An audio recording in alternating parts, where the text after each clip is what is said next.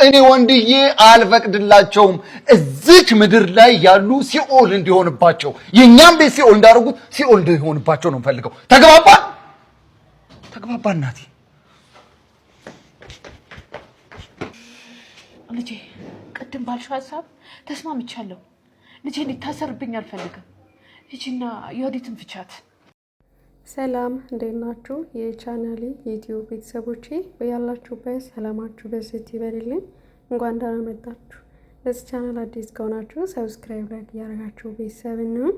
እንዲሁም ነባር ቤተሰቦቼ ላይክ እና ሼር እያደረጋችሁልኝ እንዲሁም ሀሳብ አስተያየታችሁን በኮሜንት ሴክሽን ላይ በማስቀመጥ አበረታቱኝ። በዛሬው ድራማችን ይዤላችሁት የመጣሁት የወዴት ጉዴት ወይም ደግሞ የእናት ግፍ የተሰኘው ተከታታይ ድራማ ይሆናል ማለት ነው። በዚህ ድራማ እንግዲህ በጣም ብዙ ነገሮችን የምንማርበትና የምናስተውልበት ምርጥና ተወዳጅ ድራማ ነው ማለት ነው። አንዳንድ ድራማዎች ጀስት ለገንዘብ ብቻ የሚሰሩ አሉ።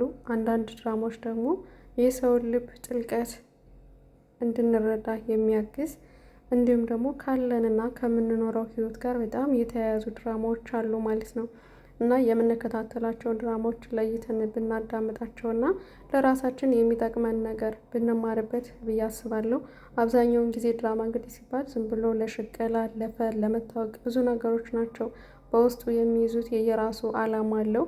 ቢሆንም ግን ደግሞ እኛ ስንከተላቸው የትኛው ድራማ አሪፍ ነው የትኛው የሚለውን ራሳችን ጭንቅላታችን የሚያመዛዝ ነው። በዚህ ድራማ ግን ለየት የሚያደርገው ነገር ክፋትና የሰውን ደግሞ ደግነትን ሁለቱን አጉልቶ የሚያሳይ ስለሆነ ብታዩትና እናንተም ከራሳችሁ ህይወት ጋራ ብታነጻጽሩት ብዬ አምናለሁ። ጊዜው አሁን ላይ በጣም የክፉ ጊዜ ሆኗለኝ። ክፉ ሰዎች ምናልባት ለጊዜው ተደስተውበት እንዲሁም ደግሞ ሰዎችን አስለቅሰው የሰውን ልቅሰው የሰውን እንባ ሲያዩ እነሱ ደስ ሊላቸው እንደሚችል በዚህ ድራማ የምናይ ይሆናል ማለት ነው። እንዲሁም በግልባጭ ደግሞ መልካምና እጅግ በጣም ልባቸው ንጹህ ሰዎች የሆኑ ነገሮችን ሁሉ ለፈጣሪያቸው በመስጠት ችላ ብለው በማለፋቸው የእነሱ ስቃይ ምንም ሳይሆናቸው በጸጋ የሚቀበሉ ብዙ ሰዎች አሉ። አብዛኞቻችን የምንስገበገበው እንግዲህ ሰውን የምናስለቅስ፣ ሰውን የምንረብሽ፣ ደግሞ ሰላሙን የምናሳጣው እኛም ሰላማችን የምናጣው በብዛት የምናስተውለው በገንዘብ ምክንያት ነው። እኔ ተወዳጅ ነኝ፣ እኔ ካለው ሌላ ሊበላ ሰው አይችልም የሚል ራስ በላ የሆነን ሰዎች ብዙ ጊዜ እንደዛ የሚያስገበግበን ሰዎች አለን። አንዳንዶቹ ደግሞ ገንዘብ ናቸው ያልሆነ ለሰው ክብር የሚሰጡ ናቸው በብዛት ማለት ነው። እና በዚህ ድራማ ሁለቱንም የያዘ ስለሆነ ብትማሩበት ብዬ አስባለሁ። ሁልጊዜ ፍትፈታ፣ ሁልጊዜ እነሱ ያሉትን ብቻ ኮፒ ከምናረግስ ምን ተማርን ምን ተጠቀምን የሚለውን ደግሞ ብናስተውል ጥሩ ነው። በየቦታው የምናየው ነው ሞት በየቦታው አለ አይደለ? ይሄ ደግሞ የክፋትን ጥግ ነው የሚያሳይ።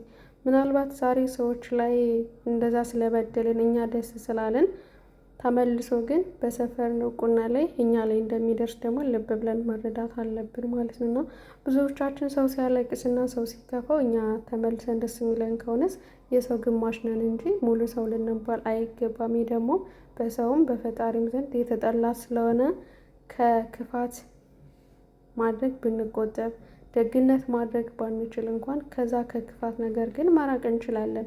አብዛኛውን ጊዜ ደግ ልብ ያላቸው ከፈጣሪም ሲሰጣቸው ሲቸራቸውም ስለሆነስ እና ክፋት በሰዎች ላይ አለማድረግ የሰው ደስታ የሚያስደስተን የሰው ሀዘን የሚያሳዝነን መሆን አለብን ሰው እስከሆንን ድረስ ማለት ነው። እና ለዚች ጊዜያዊ ከንቱ ምድራዊ ህይወት ሰውን ባናሰቃይ፣ ሰዎችን ባንበድል አሪፍ ነው ብዬ አስባለሁ። በሰው ሀዘን ላይ ደግሞ እኛ ባንስገበገብ ብዬ አምናለሁ። እና ወደ ድራማ የመለስ ስልላችሁ ይሄን ያስተምራል ድራማው የእናት ግፍ የተሰኘው ድራማ ማለት ነው። እና ከዚህ ነው የተማርኩትን ነው ሀሳቤን ሸር ያደረኩላችሁ። እናንተ ደግሞ የተማራችሁትን በኮሜንት ላይ ይሄ ድራማ እንደዚህ ነው ያስተምሮኛል ወይም ደግሞ ልክ እንደኔ ደግሞ የእናት ግፍ የተሰኘው ድራማውን ተከታትላችሁት ወዳችሁት ከሆነ ደግሞ ኮሜንት ላይ አስቀምጡት ላይ ማለት ነው። እና የእናንተን ሀሳብም እኔ መጋራለሁ። እናንተንም ደግሞ ያስተምረናል ይጠቅመናል ያላችሁትንም በኮሜንት ስታጋሩ ሌሎች ኮሜንታተሮችም እየገቡ ይማሩበታል፣ ልብ እንድንልብ ያደርጋል ማለት ነው። ሌላው እንግዲህ ወደ ድራማ መለስ ልበላችሁ፣ ወሬ ያበዛውባችሁ የወዲት ጉዲት እንግዲህ በክፍል 40 እንሆ። ከዚህ ቀደም እንግዲህ የወዲት አማቷን በጣም በብዙ ነገር ስታሰቃያት ነበረ። ለዚህም ደግሞ ድጋፍ ስታደርግላት የነበረችዋ ሴት የገንዛ እናቷ እማማ ወርቄ ናቸው ማለት ነው። እማማ ወርቄ እንግዲህ ገንዘብ በጣም የምትወድ ሰዎች የምትሳደብ ለሰው ክብር የሌላት ራሷ ብቻ ትልቅ ራሷ ብቻ ንግስት አድርጋ የምታይ ሴት ሀብታም ዝነኛና ቄንጠኛ ሴት ናት ማለት ነው። እንዲሁም የዮዲት ጉዲት ወይም ደግሞ የወንደሰን ቤተሰቦችና እናቱ ማለት ነው የዋህ ታዛዥ ፈሪሃ እግዚአብሔር ያላት ሰዎችን ቀና ብላ የማታይ ሴት ነበረች ማለት ነው። አሁን ላይ እንግዲህ በጣም ብዙ ግብ ስትፈጽምባት ከቆየች በኋላ ዮዲት ተመልሳ አሁን እናቷም እሷም ቢሆን የማይችሉት ዘብጥያ ወርደዋል ማለት ነው። ያ ስትሽቆጠቆጥለት የነበረው ቤቷ እንደ ግዛት ስተብ የነበረው ቤቷ አሁን ላይ እንግዲህ ያልታሰበ ዕዳ በመምጣቱ ቤቷን ለመሸጥ እየተግደረደረች ትገኛለች። ቤቱ እንግዲህ መቶ ደላለው ለመግዛት ተስማምቷል ማለት ነው። ከዚህ በፊት እንግዲህ አስቻለው በተደጋጋሚ እናቱን ከእስር ለማዳን ሲል ቤቱ ተሽጦ ዕዳው ይከፈል በማለት እንግዲህ የቤቱ እንዲሸጥ ውሳኔ ደርሷል ማለት ነው። አሁን ላይ ግን ደላለው ወደ ቤታቸው በሚመጣበት ሰዓት እንግዲህ በፍጹም አይሆንም፣ ሌላ መላ ይገኛል፣ ስለዚህ አልሽጥም፣ ሌላ ነገር ፈልግ በማለት የገንዛ ልጇን ጨቁና ይዘዋለች። አንዴ ለውሳኔ ቀርበናል፣ ስለዚህ ሀሳብሽን መቀየር አትችይም፣ እናቴ ተረጋጊ፣ ያለብሽን ነገር አስታውሽ በማለት አስቻለው እናቱን ይገስጻታል ማለት ነው። እሷም ሀሳቤን የመቀየር መብት አለ፣ ቤቱ በፍጹም አይሸጥም፣ ቤቴን ሽጬ እኔ ምን ልሆን ነው? ወደ ድህነት አለም ልቀላቀል ነው ወይ? አንተ አመዳም አመድ ልታደርገኝ ነው ወይ? በማለት እንግዲህ ልጇን ትቆጣዋለች ማለት ነው። ከዛም ደላለው እንግዲህ ቆይ ለምንድን ነው አመዳም በላይ እየተሳደበች ያለችው ሲል ለራሱ ጥያቄ ይሆንበታል። እናት የምትናገረው ነገር አትስማሰኝ፣ ስለዚህ ማድረግ ያለብንን ነገር እናድርግና መቼ ይሸጣል እያለ እንግዲህ ደላለውን ያናግረዋል ማለት ነው አስቻለው። ደላለውን በዚህ 3 ቀን ውስጥ ይሸጣልኝ፣ ስለዚህ እናንተን ብቻ ነው የምፈልገው፣ እናንተ ማድረግ ያለባችሁ ነገር ጨርሱልኝ ይላል ማለት ነው። እንግዲህ ወይዘሮ ወርቂ ቄንጠኛ ከመሆኗ አንጻር አሁን ላይ ከሀብታምነት ወደ ድህነት ለመመለስ ስታስበው እጅግ በጣም አቀበት ሆኖባታል። ሰዎችንም እንግዲህ በመጠየቅ ምርመራ ላይ እያደረገች ነው። አስቀድማ እንግዲህ ወደ አመዳምነት ከመሄዷ በፊት ጥያቄዎችን እያበዛች ነው ማለት ነው። የገንዛ የይቷ ልጅ እንኳን ድህነት እንዴት ነው? ድህነት ኃጢአት እኮ ነው፣ በጣም ይቀፋል፣ በጣም ያስጠላለኝ። ሀብታም እኮ መሆን ማለት እንዴት መታደል ነው። እግዚአብሔርን እንዴት ነው በሽሮ ወጥ እየበለው ፈጣሪን የማመሰግነው? እኔ ሀብታም ሆኜ ነው ማመስገን ያለብኝ በማለት ለትንሿ እንግዲህ ለእህቷ ልጅ እየነገረቻት ነበረ። ደሃ ከሆንሽ እንኳን ቢያንስ ንጹህ ሕሊና ንጹህ እንቅልፍ ታገኛለሽ። ሀብታም ሆነሽ ግን አንድ ቀን ንጹህ እንቅልፍ ተኝተሽና ሰላማዊ ህይወት እንኳን የለሽም አባዬ፣ እኔ እስከማቅሽ ድረስ ትላታለች። እኔ እንኳን ሽሮና እንዳንቺ በየጊዜው እያገነፈው የምበላ ሴት አይደለሁ። ቁርጤን ነው የምቆርጠው። አንቺ በምስር ትበያለሽ፣ እኔ ደግሞ ቁርጤን እቆርጣለሁ ትላለች። ግን እኮ አባዬ አንድ ቀን ቁርጥ ስትበይ እንኳን አይቼሽ አላውቅም ብላ ትጠይቃታለች። ሰው አዎ ለአንቺ ምስር እየበላሽ እኔ ካልጋዬ ቁጭ ብዬ ዘጭ ብዬ ቁርጤን ነው ቆረጥ እያረኩኝ ምክክ ማረገው፣ አንቺ ጭራሽ ልታይኝ እንዴት ትችያለሽ? በማለት ከኔ ተደብቀሽ ትበያለሽ ማለት ነው ብላ እንግዲህ ትታዘባታለች እሷን። ከዛም ፀሐዬንም በመጥራት እንግዲህ የአፈር ቤት ሽታው ምን ይመስላል አስቀድሜ እስኪ ልወቀው ሽታው ምን እንደሚል በማለት ፀሐዬን ትጠይቃታለች ማለት ነው። ፀሐዬም እንግዲህ ከዚህ በፊት እኮ የዮዲትን ጉዲትን አባት ከማግባትሽ በፊት ከቤተሰቦቹ ጋር ሳለሽ ከአፈር ቤት ነበር አይደል እንዴ? እንዴት ረሳሹ ሽታውን? ትላታለች። አንቺ ምን አባሽ እያልሽ ነው? ከኔ ጋር እንዴት ነው እኩል የምትመላለሽው? ለጠየቁሽ ጥያቄ ብቻ ምላሽ ስጭኝ እንጂ የኔን ወሬ መለቃቀም ለምን አስፈለገ? አንቺ መስራት ያለብሽ እኮ ወጥሽን ብቻ ነው፣ የኔን ወሬ መስማት አይደለም በማለት ትቆጣታለች። እሷም እንግዲህ አይ አባዬ ያንቺን ወሬ አለመስማትም አልችልም፣ ድምፅሽን ከፍ አድርገሽ እስከሰማሽ ድረስ አልሰማም ብልስ እንዴት ትችላለሁ? በማለት ምላሿን ትሰጣታለች። እውነት ለመናገር ፀሐዬ በጣም ደፋር ናት። አባዬ የፈለገችውን ብትናገር እንኳን ለመመለስ በጣም ሁሌም ቢሆን ቅርብ ነች ማለት ነው። ምናልባት አንዳንድ ነገሮቹ ቢያስደነግጣትም ግን አባዬን ደግሞ ልኳን ትነግራታለች ማለት ነው። የማትደራደርበት ቢኖር በፈጣሪያ በጣም ጥንቁቅና ራሷን የመታመን ሴት ስለሆነች አባዬን እንግዲህ እንደዛ ልኳን ስትነግራትኝ ቆይ መቼም አፈር ነሽና ደሃ ነሽ እያልሽ ነው ገና ከአንቺ ጋር ቁጭ ብዬ ስላወራሁ በማለት እንግዲህ ታስደነግጣታለች። እንዲሁም አባዬ እኔ እንኳን ለብዙ ጊዜ ደግሞ ከሀብታሞች ቤት እየሰራው ስለነበረ የአፈሩም ሽታ ሆነ የቤቱ ሽታ ጠፍቶብኛል እንጃ በማለት እንግዲህ ጆሮዋን ብላት ትሄዳለች ማለት ነው። አንቺ ድንቢጥ አመዳም፣ አንቺም ሰው ሆነሽ እንግዲህ እንደዚህ ልትይኝ ቻልሽ አይደል? አመዳም ነኝ አመዳም ብዬ በመሳደቤ እንግዲህ ወደ አመድነት እየተቀየርኩ ነው ብላ ራሷን ጭንቅላቷን እስኪያናጋ ድረስ እንግዲህ ኦ እያለች ትጮኻለች ማለት ነው። ደላላም በምታይበት ሰዓትማ በቃ ራሷን ፌንት እስክትነቅል ድረስ ነበረ ሲያታብድ የነበረው። ቢሆንም ግን ደግሞ ከዚህ ጭንቀቷና ከዚህ መላምንት የሚገለግላት ነገር ምንም ነገር የለም። ቤቱም ከመሸጡ ወደ ኋላ አይልም። ሌላው ደግሞ ዋነኛውና አሁን ከዛም በላይ ትልቁ ጉዳይ ተደብቆ የነበረው የወንድዬ ነበረ ማለት ነው። ወንድዬ እንግዲህ ወንጀሉን እንደሰሩ ካወቁ በኋላ የወዲትን ከቤቱ በማሰር እንግዲህ አስቀምጧታል። ቅጣቱንም በደንብ እየቀጣት ይገኛል። በዚህም እንግዲህ አለምና እናቱ ግን ደስተኛ አይደሉም። ምክንያቱም ልጃችን ወደ ወህኒ ቤት እንዲገባ አንፈልግም።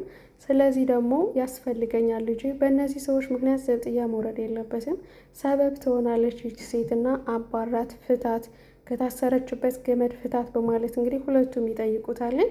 ወንድዬም ደግሞ በፍጹም እናንተን ያደረገቻችሁ ነገሮችን እያንዳንዱ ነገር ዋጋ ትከፍልበታለች። ስለዚህ አለምና እናቴ ስሙኝ በደንብ አድርጋችሁ፣ መቼም ቢሆን አልፈታትም። እነዚህ መሽቁቅ የሆኑ ሰዎች ናቸው። ስለዚህ መረጃ እንኳን ኃጢአታቸውን ለመሸፈን መረጃውን ሊገዙ ነው። ስለዚህ እነዚህን ሰዎች መቼም ቢሆን አልፋታቸውም፣ እስከ ዕለተ ሞታቸው ድረስ ህይወታቸው ሙሉ ሲኦል ነው ማድረግባችሁ ይላል። አለምም እንግዲህ በጣም ትደነግጣለች። ከዚህ ቀደም እንግዲህ ለወንድዬ እናት ምን ብላት ነበረ? ወንድዬ ነብሰ ገዳይ ከሆነ እኔ ፍርድ ቤት ለፍርድ ቤት እሄዳለሁ። ያ ደግሞ እናቴ ጋር ማን ሊያግዛት ነው? እህቶችንስ ማን ሊያስተምራቸው ነው? ስለዚህ አንቺ ለልጅ ስትይ ወህኒ ቤት ትገቢያለሽ፣ እኔ ግን ደግሞ ለማን ብዬ ነው ብላ የወንድዬን እናት ጠይቃ ነበረ። የወንድዬ እናትም ለምን እንደዚህ ታስቢያለሽ? አንቺ በፍጹም እስር ቤት አትገቢም፣ እኔ ነኝ መሆን ካለብኝና ልጄ ነውና አንቺ ምን በወጣሽ ብላት ነበረ። በህግ ፊት ደግሞ በዝምድና በወዳጅነት ወይም ደግሞ በልጅ የሚባል ነገር የለም። በህግ ፊት እኩል ነው። ስለዚህ አይተሻል።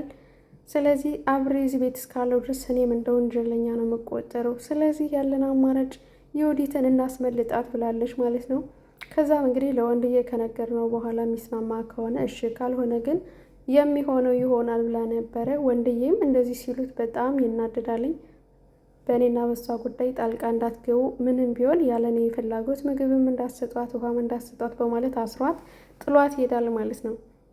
ከዛም እንግዲህ የወንድዬ እናት ነገሩን ስታስበው ልጇ እንዲታሰርባት ስለማትፈልግ ካሁኑኑ ነገሩን ለማቋጨት ሲሉ እንግዲህ የወዲት ጉዲት ከታሰረችበት አለም ፈታ ከቤት ውስጥ አስመልጣታለች ማለት ነው።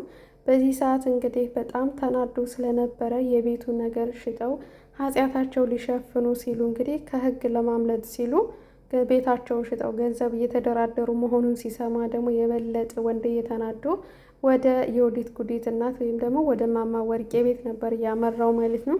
እማማ ወርቄንም እንዳገኛት እንግዲህ ወዲያውኑ ነበር ጉሮሯን አንቆ ሲያስለፈልፋት የነበረው። ምን አይነት ጉድና መሽቁቅ ሴትዮ ሆኖት የወለዷት ልጆት ራሱ እርጉም፣ ለነገሩ እንዳንቺ እርጉም፣ ሁለት የሰይጣን ክፋዮች በማለት እንግዲህ አማቱን በደንብ አድርጎ አጥቦ ነበር ሲሰርባት የነበረው። ቆይ ቤት ተሳስተ ነው እንደመጣኸው? እኔ እኮ የልጅህ የሚስትህ እናት ነኝ፣ አማት ነኝ፣ ክብር የለህም ወይ በማለት እርሰው አንቱ ሴትዮ በማለት እንግዲህ በጣም ብዙ ነገሮችን ልክ ልኳን ነግሯታለኝ። ያው ስድቡ መናገሩ እላፊ ስለሆነብኝ ነው ማለት ነው ለእኔ። እና አንዳንዴ ያው ህይወት የት አንስታ የት እንደምትጥለን አናውቅም። እሱ እንግዲህ አለሜ፣ ትዳሬ፣ ፍቅሬ፣ ህይወቴ ብሎ ሲንከባከባት ከጎኑ የኖረ ሴት የእናቱ ጠላቱን እንዲሁም ደግሞ እሱን ልትወድቅ ውድቀት የዳረገችን ሴት ዛሬ ላይ በዚህ ልክ ማድረጉ ወንድዬ በጣም ትክክል ያደረገ ይመስላለኝ። ወንዳ ወንድነቱ ራሱ ድምፁ፣ የሚናገራቸው ንግግሮቹ ራሱ በስማም በጣም ነው የሚያስበረግገው ማለት ነው። ከዛም እንግዲህ እኔ የፈረውለት ወደ ቤቱ ሲመለስ እንግዲህ የወንድዬ ነገር በጣም ሀርድ ሆኗል። አሁን ላይ ነገሮች ሁሉ ግልጽ ሆነውለታል። ምን ያክል ሲበደልና እንደ ጅል ተቆጥሮ እንደ ሞኝ ተቆጥሮ እንግዲህ ሲጫወቱበት የነበረው ነገር አሁን ላይ በጣም ተረድቶታል ማለት ነው። እና በዚህ ደግሞ ንዴቱ በጣም እሳት ሆኗል። አለምም ሆነ እናቱ በሚያዩት ሰዓት በጣም እየፈሩት ነበረ፣ እንኳንስ ለየወዲት ጉዲት ማለት ነው።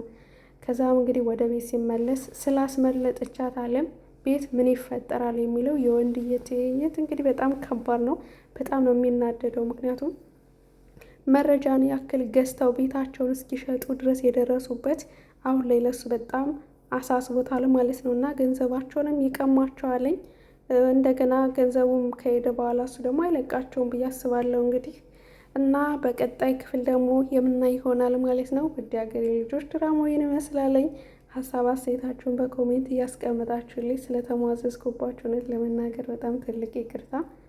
ያው ድራማውን በድጋሚ ነው እየሰራሁት ያለሁት እና ለዛ ነው ትንሽ ሞዘዝ ያልኩትኝ። እሺ ኤኒዌይስ ስትከታተሉ ለነበራችሁ ለሁላችሁ አመሰግናለሁ። በያላችሁበት ሰላማችሁ ይብዛልኝ።